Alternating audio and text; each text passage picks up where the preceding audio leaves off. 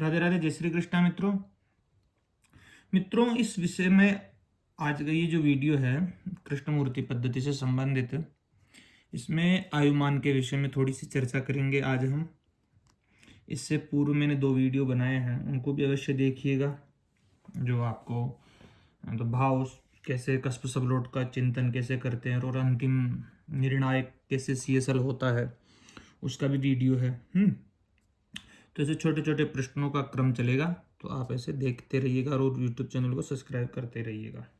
यदि सीखने की इच्छा है कृष्णमूर्ति पद्धति से ज्योतिष देखना, ताकि आपका इससे पूर्व में जो मैंने वीडियो बनाया था, कौन सा बनाया था, ये बनाया था मैंने, क्यों फेल होती है भविष्यवाणी। तो आप इस वीडियो को भी अवश्य देखिएगा।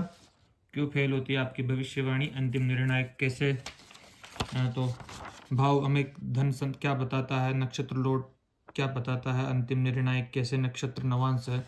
तो इस वीडियो का आप अवश्य देखिएगा, इससे आप बहुत कुछ सीख सकते हो, मेरा ये मानना है। फिर आपकी इच्छा है मित्रों। तो इस विषय आज ये जो वीडियो है, यह आपकी आयु मतलब कि उम्र कितनी है, तो आज हम किस माध्यम से जानेंगे, केपी ज्योतिष के माध्यम से।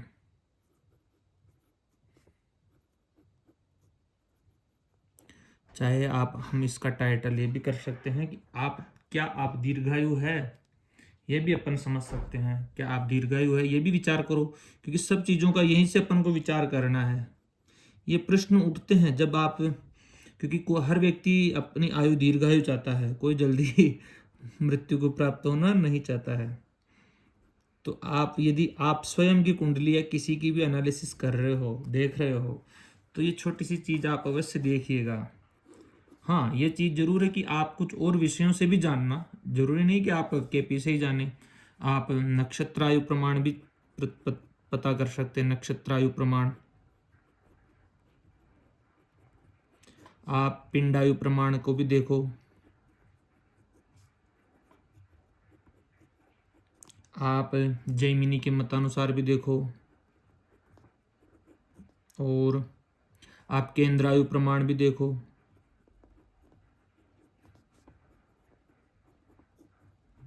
और आप यहाँ से तो देखना ही देखना, उत्तर कालामृत है कालिदास जी की, आपको पता हो,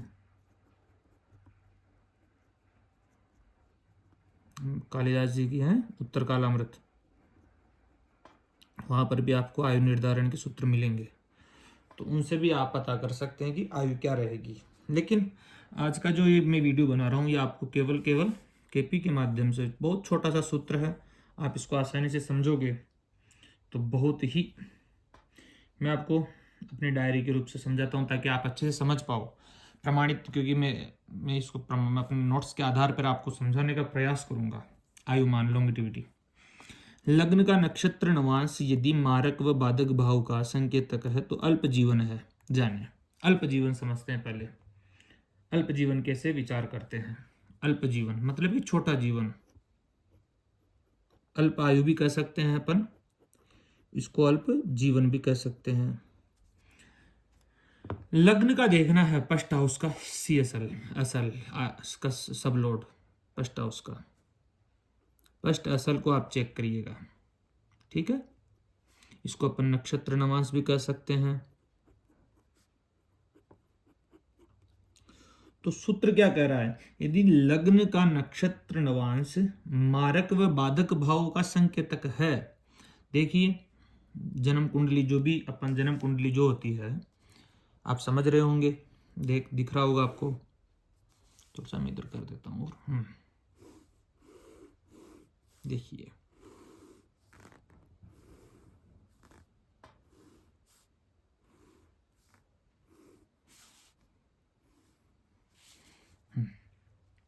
ये जन्म कुंडली है, इसमें आयु का भाव अष्टम भाव है, और इसके अष्टमाद अष्टमन चैत 8वें से 8वां भाव भी, मतलब तीसरा भाव, दोनों भाव आयु के भाव है।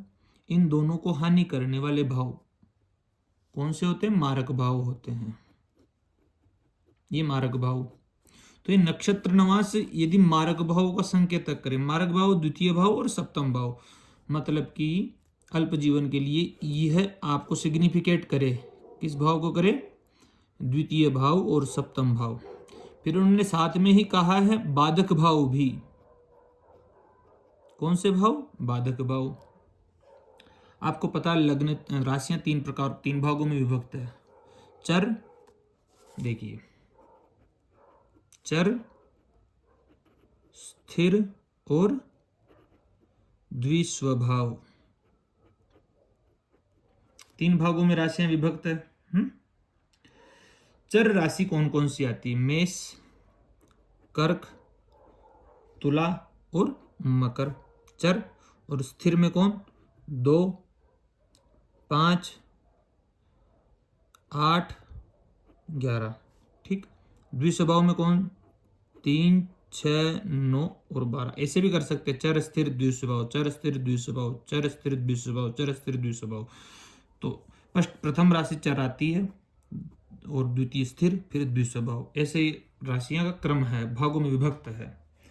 तो चर राशि यदि लग्न में हो, मतलब कि 1 हो, 4 हो, 7 हो, 10 हो, मतलब कि मेष, कर्क, तुला और मकर, तो इसके अंदर 11th हाउस ये बाधक का काम करेगा, ठीक है। स्थिर के अंदर कौन सा करेगा, नवम भाव। यदि लग्न में स्थिर राशि है, लग्न यदि वृषभ का है, सिंह का है, वृश्चिक का है या कुंभ का है, तो ये भाव बाधक का काम करेगा। यदि द्विस्वभाव लग्न है तो सप्तम भाव बाधक का काम करेगा, ये बाधक हो जाएगा। यहाँ पे ये भाव बाधक का काम करेगा। तो सूत्र क्या कह रहा था, देखिएगा, फिर वापस आपको मैं समझाता हूं। यदि लग्न का नक्षत्र नवांश यदि मारक व बाधक भाव का संकेतक है तो अल्प जीवन, शॉर्ट लाइफ जाने। तो यह भाव, इसका नक्षत्र नवांश, तो मैंने आपको 4 भागों में विभक्त करवाया था वहां पे, तो आप उसको ध्यान से अवश्य देखिएगा। नक्षत्र नवांश, जैसे कोई, मैं उदाहरणार्थ कुंडली ले लेता हूं, चलो, ताकि आप आसानी से समझ सको। उदाहरणार्थ समझिएगा।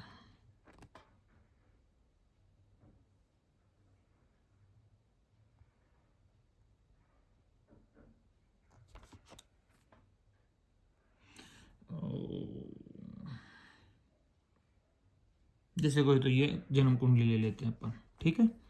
इसका पष्ट भाव प्रथम भाव, इसका कस्प सबलोट शनि है, दिख रहा होगा आपको। तो सर्वप्रथम आपको यहाँ पे लेना शनि, इसका ऐसा ऐसा लो गया।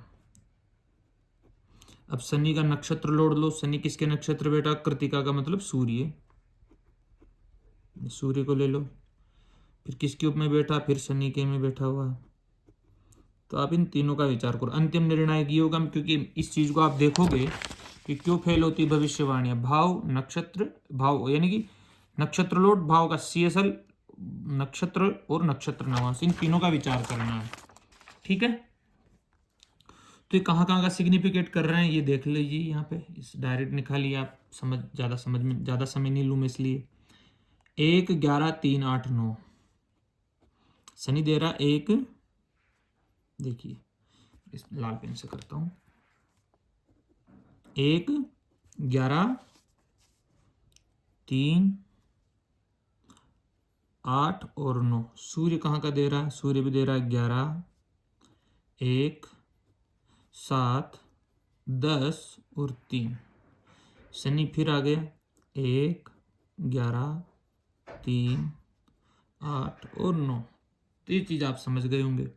अभी लग्न कौन सा है, लग्न है मिथुन लग्न, ठीक है। तो मिथुन लग्न में कौन सा ही, मिथुन लग्न दिख रहा है आपको। मिथुन लग्न द्विस्वभाव में आता है, द्विस्वभाव में बाधक का काम करता है, सप्तम भाव, ठीक है।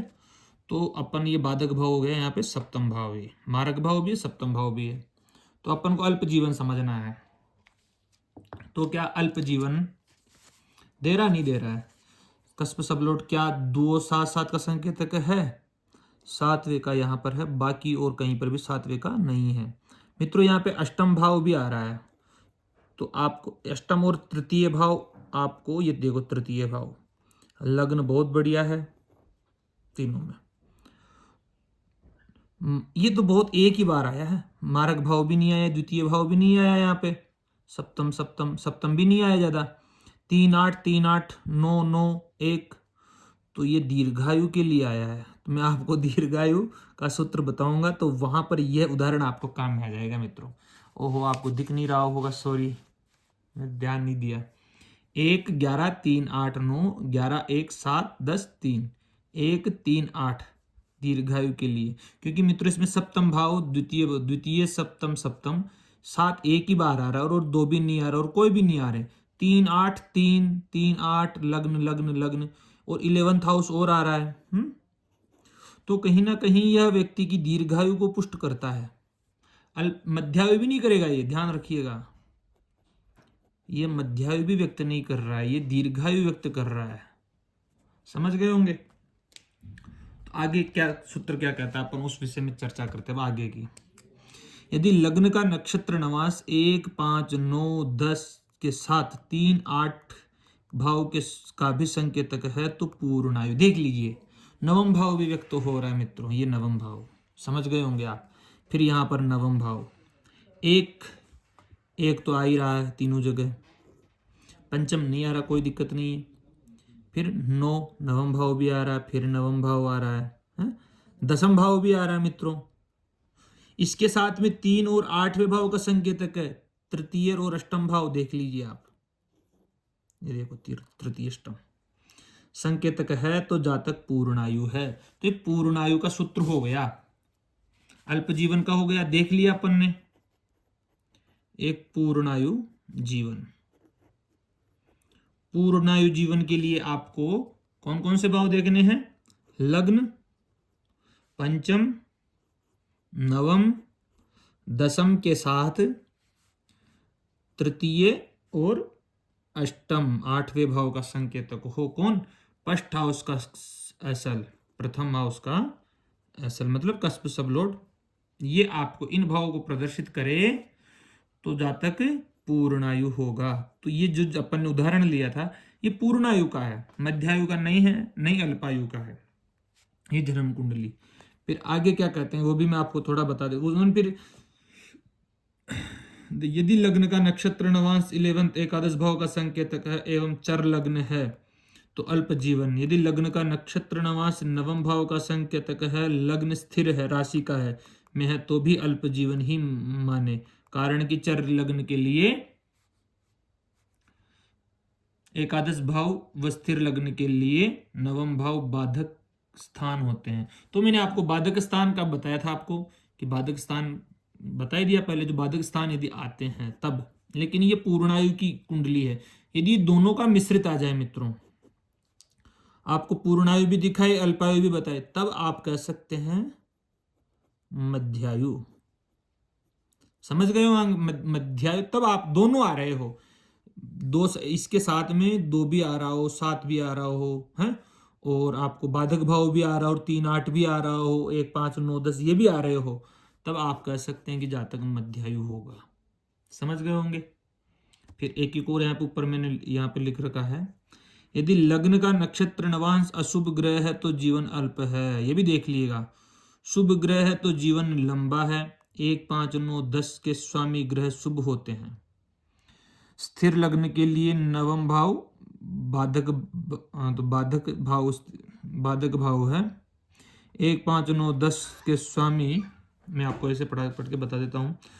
1 5 9 10 के स्वामी यदि 6 8 12 के भी संकेतक है तो अति शुभ होते हैं। समझ गए होंगे मेरी बात को। लग्न का नक्षत्र नवांश यदि बाधक या मारक ग्रह के नक्षत्र में नहीं है तो जीवन लंबा होता है। तो यहां पर आपने जीवन लंबा देखा है इस उदाहरण में। तो आप भी अपना पता कर लीजिएगा कि मेरा जीवन कितना है, क्या मैं पूर्णायु हूं, क्या मैं मध्यायु हूं, या मेरा जीवन अल्प है। तो आप पता किससे करेंगे?